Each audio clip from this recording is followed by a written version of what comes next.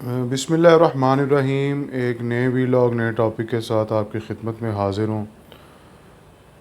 सबसे पहले ये जनाब ये वीडियो देखें ज़ाकर साहब की, फिर इस पर गुफ्तगू करते हैं। अच्छा, अज एक होर गल करिए जनाब। मैं भी हुण लंगर दे नाल अंब खा के आया। ये जिहड़ा मैंगो है ना जी, अंब, ये शहजादा है अली अकबर बादशाह दे ज़हूर तो पहले ज़मीन ते कोई नहीं। जी मोहतरम व्यूअर्स, आपने वीडियो देखी। जनाब ज़ाकर साहब कह रहे हैं कि अज तुहानू एक नवी गल ही सुनाने हैं, तो गल उन्हें वाकई नवी सुनाई है। तो गल उन्हें की सुनाई है तुसी सुन लईए। कहता है कि जनाबे अली अकबर अलैहिस्सलाम दे ज़हूर तो पहला अंब मैंगो दा दुनिया ते जड़ा ना वो नहीं सी नामो निशान।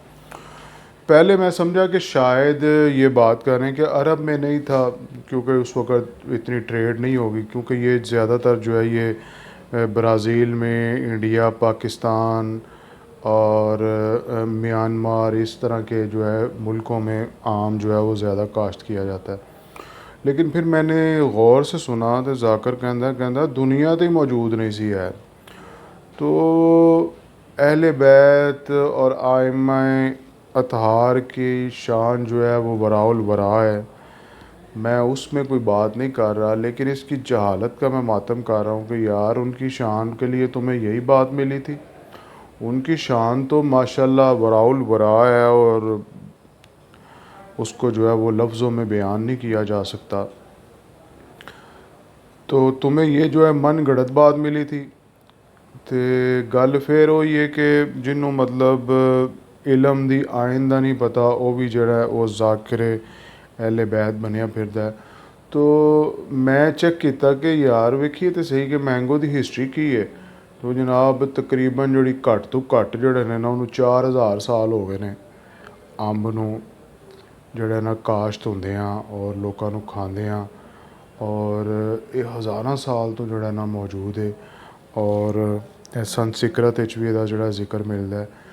तो अगर यकीन नहीं तो गूगल करके वेख लवो, जनाब चैट जीपीटी को पूछ लवो। तो लेकिन ये जड़े ज़ाकर ने, मैं तमाम की बात नहीं कर रहा, ये मतलब ये पढ़ना और मतलब अपना पता नहीं कोई तौहीन समझते हैं और जो मुँह में आया जनाब वो कह दिया।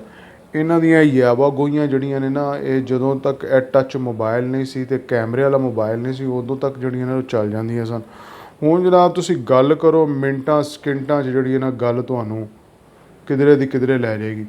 वो सियाने कहंदे हुंदे सन कि गल जड़ी है ना वो गल कहंदी है कि तू मैनू मूँहों कढ, मैं तैनू शहरों कढनी आ।